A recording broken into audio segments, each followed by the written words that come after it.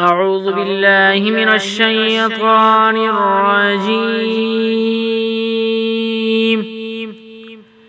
بسم الله الرحمن الرحيم.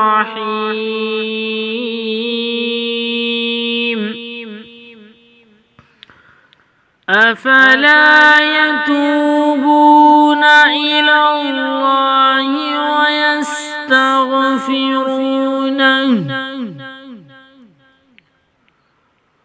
والله غفور رحيم.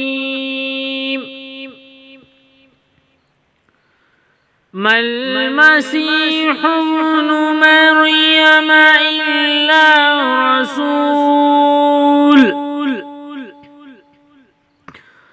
قد خلت من قبله الرسل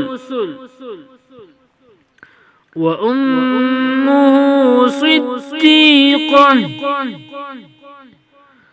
كانا يأكلان الطعام.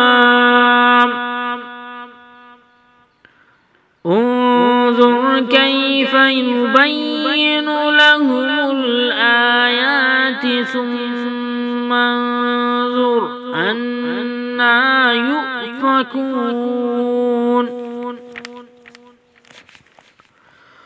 قل أتعبدون من دون الله ما لا يملك لكم ضرا ولا نفعا والله هو السميع العليم. قل يا أهل الكتاب لا تغلوا في دينكم غير الحق ولا تتبعوا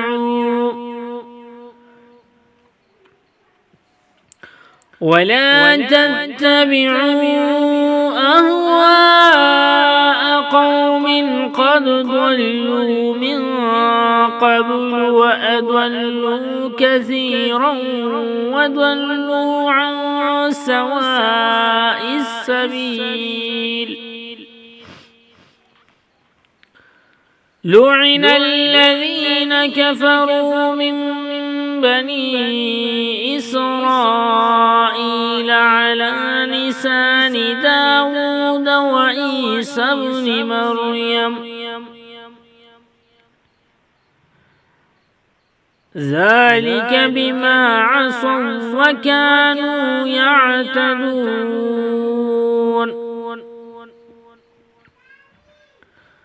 كانوا لا يتناهون عن منكر فعلوه لبئس ما كانوا يفعلون. ترى كثيرا منهم يتولون الذين كفروا لبئس ما قدمت لهم أنفسهم أن سخط الله